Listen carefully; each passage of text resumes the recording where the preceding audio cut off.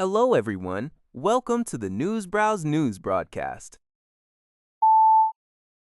According to a report by Taiwan's Liberty Times, Kuwaiti government and civil aviation authorities announced on June 3, 2026, that Kuwait International Airport was targeted in a drone and missile attack launched by Iran. The strike directly hit the Terminal 1 building, causing catastrophic damage to the facility and injuring multiple people, who were subsequently rushed to the hospital. In response to the attack, the Kuwaiti Ministry of Defense suspended all domestic and international flights, routing incoming planes to alternative airports in the region. The airspace lockdown will remain in effect until further notice. This is not the first time the airport has been targeted. It was previously bombarded by Iran in late February, requiring costly repairs. Ironically, Terminal 1 had just officially reopened on June 1, meaning it was operational for only 2 days before being severely damaged once again in this latest assault. Local armed forces are coordinating with relevant agencies to monitor the situation closely. According to a report by Thai Sounds, more than 300 non-Iranian vessels, primarily oil tankers bound for China and India, have applied for safe passage through the Strait of Hormuz since Iran's newly established Persian Gulf Strait Authority, PGSA, began enforcing a permanent toll system over 2 weeks ago. The PGSA stated that it prioritizes vessels allied with Iran, while denying permits to hostile nations such as the United States and Israel. Reports indicate that tankers could face fees of up to $2 million USD.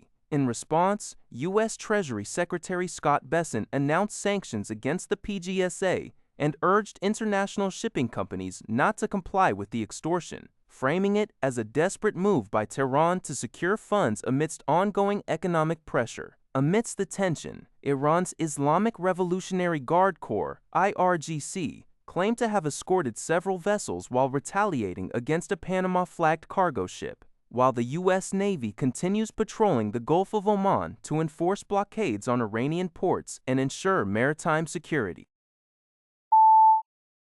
According to a report by Lianhe Xiaobao, a devastating fire broke out on Wednesday, June 3, 2026, at a hotel in the Malviya Nagar area of southern New Delhi, India.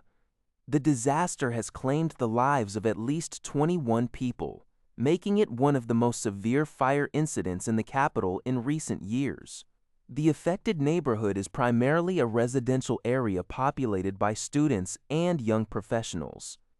Emergency services have successfully rescued at least 40 individuals so far, and search and rescue operations remain active. Television footage from the scene captured the building engulfed in flames with thick black smoke billowing out, leaving the exterior charred. Some residents were seen jumping from higher floors to escape the blaze.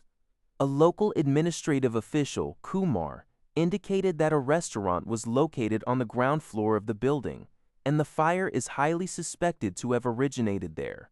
However, the exact cause of the tragedy is still under investigation. Indian Prime Minister Narendra Modi expressed deep grief over the loss of lives, extending his condolences to the families of the victims and wishing a speedy recovery to the injured. According to a report by Lianhe Xiaobao, Brazilian lawmakers have voted to overturn a key regulation, aiming to restrict access to abortion services for underage victims of sexual violence.